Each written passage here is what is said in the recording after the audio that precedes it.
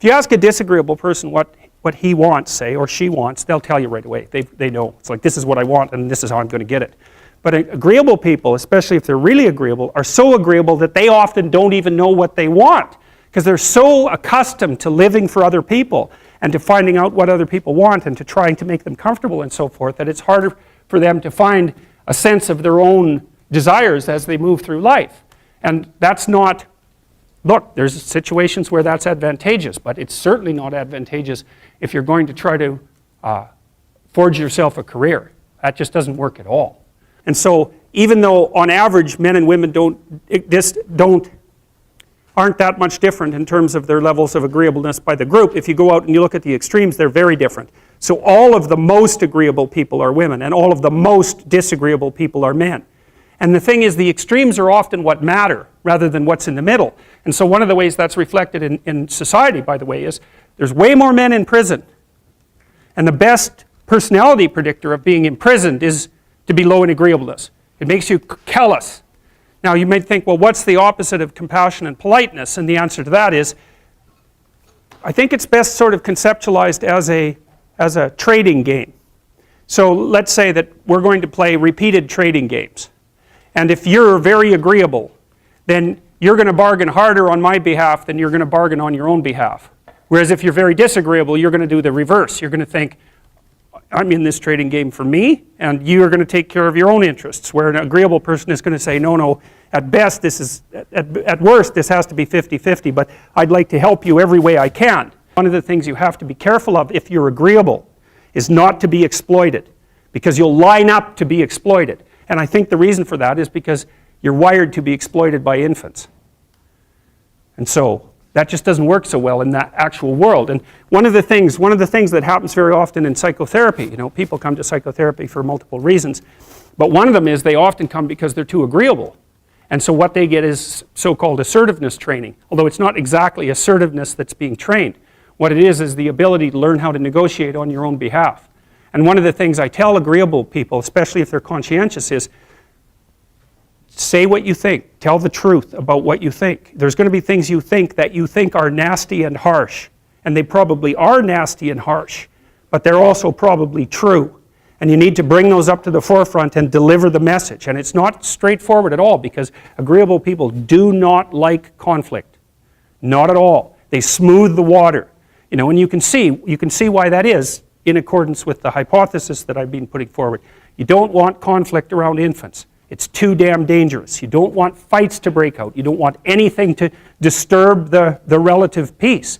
And if you're also more prone to being hurt physically and perhaps emotionally, you also may be loath to engage in the kind of high-intensity conflict that will solve problems in the short term, because it takes a lot of conflict to solve problems in the short term. And if that can spiral up to where it's dangerous, which it can if it gets uncontrolled, it might be safer in the short term to keep the waters smooth and to not delve into those situations where conflict emerges. The problem with that is it's not a very good medium to long-term strategy, right? Because lots of times there are things you have to talk about because they're not going to go away.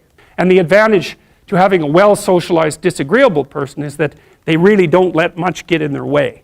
So if you can get a kid who's disagreeable socialized, that person can be quite the creature, because they're very forward-moving in their nature and very difficult to stop. But if you don't get them successfully domesticated, tamed, roughly speaking, by the time they're 4, their peers reject them. And that's a big problem, because your job as a parent is to make your child socially desirable by the age of 4. Like you want to burn that into your brain, because people don't know that. That's your job. And here's why. It's easy if you think about it carefully. So you imagine you've got a 3-year-old child, so sort of halfway through that initial period of socialization, and you take that child out in public. Okay, what do you want for the child? Who cares about you? What do you want for the child? You want the child to be able to interact with other children and adults so that the children are welcoming and smile and want to play with him or her, and so the adults are happy to see the child and treat him or her properly. And if your child's a horrible little monster because you're afraid of disciplining them or you don't know how to do that properly, then what they're going to do is they're going to experience nothing but rejection from other children, and false smiles from other parents and adults. And so then you're throwing the child out there into a world where every single face that they see is either hostile or lying. And that's not something that's going to be particularly conducive to the mental health or the well-being of your child. If your child can learn a couple simple rules of behavior, like don't interrupt adults when they're talking too much and pay attention and try not to hit the other kids over the head with the truck any more than is absolutely necessary, then, and share and play properly, then when they meet other kids, the kids are going to try out a few little play routines on them, and that's going to go well, and then they're going to go off and socialize each other for the rest of their lives. Because that's what happens, is that from 4 years old onwards, the primary socialization with children takes place among other children. And so if the kids don't get in on that early, they don't move into that developmental spiral upwards and they're left behind. And you can imagine how terrible that is, because a 4-year-old will not play with another 4-year-old who's 2. But a 5-year-old certainly will not play with a 5-year-old who's 2, right? Because the gap is just starting to get unbelievably large. And so the kids start out behind, and then the peers leave them behind, and then those kids are alienated and outside the peer group for the rest of their life. Well, those are the ones that grow up to be long-term antisocial, right? They're already aggressive. It doesn't dip down. Now, what happens to normal boys, roughly speaking? Imagine the aggressive 2-year-old types. They get socialized, so their level of aggression goes down, and then they hit puberty and testosterone kicks in, and bang, levels of aggression go back up. And so that's why males are criminals between the ages roughly of 16 and about 25. So, and it matches the creativity curve, by the way. It's so cool. If you look at the spike of creativity among men, 16 to 25, then it starts to go down. Criminality matches that absolutely perfectly. So that's quite cool. So, and so the testosterone levels raise the average level of aggression among men. It's more dominance than aggression, actually, and testosterone is by no means all bad.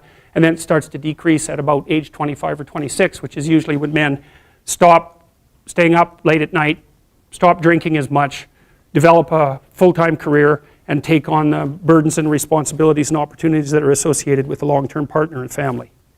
And so, well, so that's the development of what I would call predatory aggression, because I also think that the agreeableness distribution is probably something like predatory aggression versus maternal sympathy. It's something like that.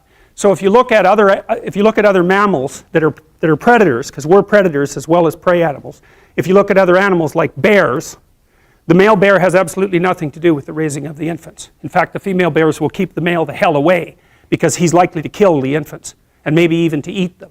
So there's no maternality at all in solitary male mammalian predators. It's really useful to investigate the viewpoints of people who have opposing views to yours. Because they'll tell you things, not only will they tell you things you don't know, they'll also tell you how to see the world in ways that you don't see it. And they'll also have skills that you don't have, that you could develop. So for example, if you're an introverted person, it's very useful to watch an extroverted person, because the extroverted person has ways of being in the social world that aren't natural to you, that you can use to improve your toolkit. And if you're disagreeable, one of the best things to do with disagreeable people, especially if that's alienating them from other people, for example, because it can, people treat you like you're a selfish, arrogant son of a, maybe that's because you are. It's like, okay, so what do you do about that? One of the most promising treatments, let's say, for that is get the person to do something for someone else once a day, just as a practice, and learn how to do it. Maybe you can wake the circuit up, if you think that it's lying dormant in you, which is probably right. I think we have a very wide range of propensities within us. Some are switched on, genetic propensities. Some are switched on, but I think that if you put yourself in the right situation or walk yourself through the right exercises, you can switch some of these other things on as well. But it takes work and dedication and discipline. I would say, generally speaking, if you want to adapt yourself properly to life, you should find a niche in the environment that corresponds with your temperament. Right? You shouldn't work at cross purposes to your temperament because it's just too damn difficult. But having done that, then you should work on developing the skills and viewpoints that exist in the space opposite to your personality, because that's where you're fundamentally underdeveloped. And that way I think you can extend out your temperamental capability across a wider range. And to me that's roughly equivalent as bringing a richer toolkit to each situation. You know, so if you're hyper extroverted, you should probably learn to shut up at parties now and then and listen just to see what's going on, to see if you can manage it, you know. And if you're introverted, well, then you should learn how to speak in public and to learn how to go to parties without hiding in the corner and saying nothing to anyone. You know, and if you're agreeable, then you need to learn how to be disagreeable so people can't push you around. And if you're disagreeable, you need to learn how to be agreeable so that you're not an evil son of a bitch. So, and the same thing applies even in the conscientious domain. It's like if you're too conscientious, you need to learn to relax and let go a little bit. And if you're unconscientious, it's time like, get out the Google Calendar, man, and start scheduling your day, right? And beat yourself on the back of the head with a stick until you're disciplined enough so that you can actually stick to something for some length of time and not living in absolute squalor, which is something that would characterize someone who's very disorderly, for example, because they don't notice. It doesn't bother them, disorder. It's like, maybe they can see it, but it doesn't have any emotional valence, and so it doesn't have any motivational significance. You know, so the other thing you might want to think about too, if you're choosing a partner, is try not to choose someone who's too distant from you on the temperamental variables, because you're going to have a hard time bridging the gap.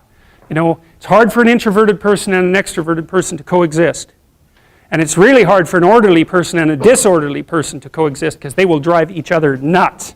Why don't you pick up? Why are you so obsessed by it? That's the basic argument, you know. So it's useful to know about your temperament so that you can negotiate the space with your partner as well. And I don't think you should try to find someone who's exactly the same as you, because then you don't have the benefits of the alternative viewpoint. But you got to watch it, because you may hit irreconcilable differences of various sorts. And I've seen that most particularly among couples who are high and low in openness. That's a rough one.